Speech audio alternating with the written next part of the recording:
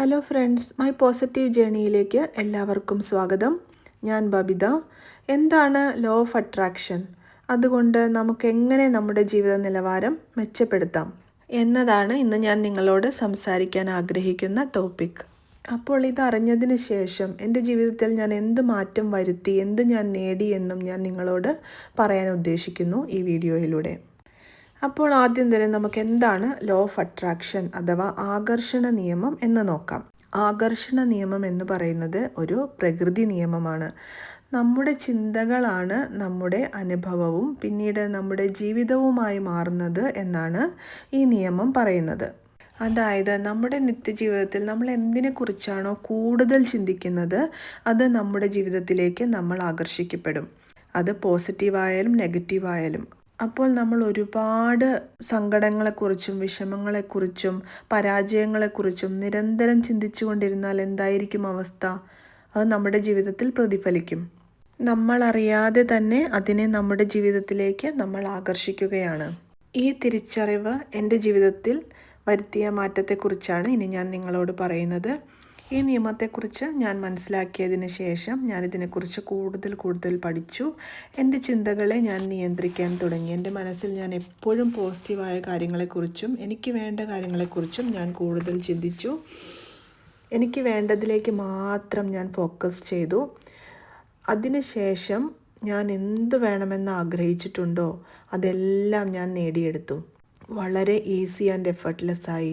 മുമ്പ് ഞാൻ കിണഞ്ഞു പരിശ്രമിച്ചിട്ടും എനിക്ക് ലഭിക്കാതിരുന്ന കാര്യങ്ങൾ പോലും വളരെ ഈസിയായി എന്നിലേക്ക് എത്തിച്ചേർന്നു. പിന്നീട് അതിലാദ്യം ഞാൻ നേടിയത് ഒരു വിദേശ ജോലിക്കുള്ള എക്സാം പാസ്സായി എന്നതാണ്. പഠിക്കാതെ എക്സാം പാസ്സാകുമെന്നല്ല ഞാൻ ഇതുകൊണ്ട് ഉദ്ദേശിക്കുന്നത്.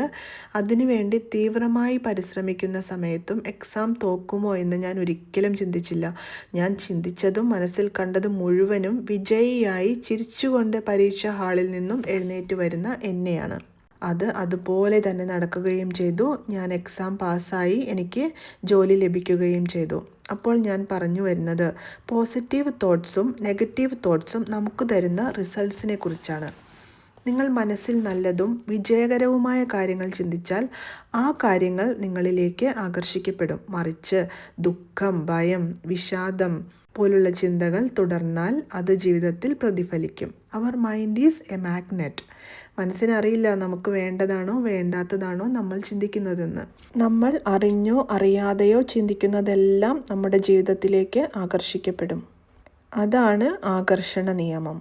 ഇതിൽ നിന്നും നിങ്ങൾ മനസ്സിലാക്കേണ്ടത് നിങ്ങൾക്ക് വേണ്ട കാര്യങ്ങളെക്കുറിച്ച് തീവ്രമായി പോസിറ്റീവായി ചിന്തിക്കുകയും സ്വപ്നം കാണുകയും ചെയ്താൽ തീർച്ചയായും നടക്കും. അപ്പോൾ ആദ്യം നിങ്ങൾ ചെയ്യേണ്ടത് നിങ്ങൾക്ക് എന്താണോ വേണ്ടത് എന്ന ഒരു ലിസ്റ്റ് തയ്യാറാക്കുകയും നിങ്ങൾ നിരന്തരമായി അതിനെക്കുറിച്ച് ചിന്തിച്ചു കൊണ്ടിരിക്കുകയുമാണ് ചെയ്യേണ്ടത്. നിങ്ങൾക്ക് പണമാണ് വേണ്ടതെങ്കിൽ ധാരാളം പണം ലഭിക്കുന്നതായി സങ്കല്പിക്കുക. ഇനി നിങ്ങൾക്ക് വീടോ കാറോ സ്ഥലമോ എന്താണോ വേണ്ടത് അതിനെക്കുറിച്ച് നിങ്ങൾ നിരന്തരം ചിന്തിച്ചു കൊണ്ടിരിക്കുക.